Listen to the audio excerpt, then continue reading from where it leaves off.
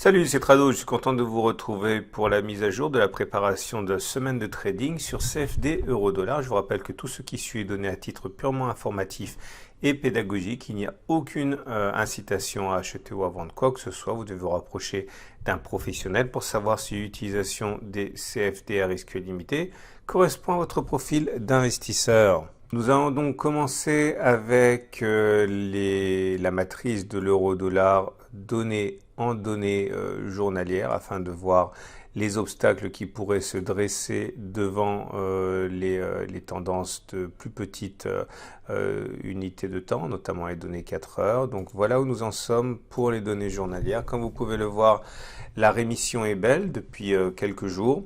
Nous sommes face à une résistance ici à 1,1171, 1,1151, zone qui pourrait effectivement jouer son rôle dans la fin éventuelle d'une hausse sur les unités de très court terme.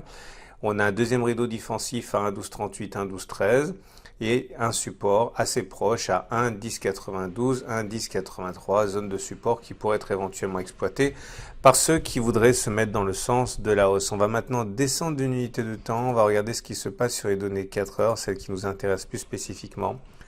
Comme vous pouvez le voir, la tendance elle est fortement haussière. Nous sommes au-dessus de la moyenne mobile à 50 périodes qui montent, au-dessus de la moyenne mobile à 20 périodes qui montent. Tendance donc très fortement haussière.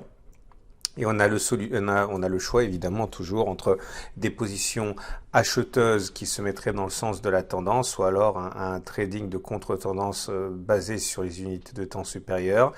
Ceux qui veulent privilégier une continuation de tendance, évidemment, attendent sans doute que l'on revienne sur les 1,1092, 1,1083 pour saisir des signaux haussiers qui se manifesteraient, ou alors en cas de passage au-dessus de l'obstacle des 1,1171, 1,1151.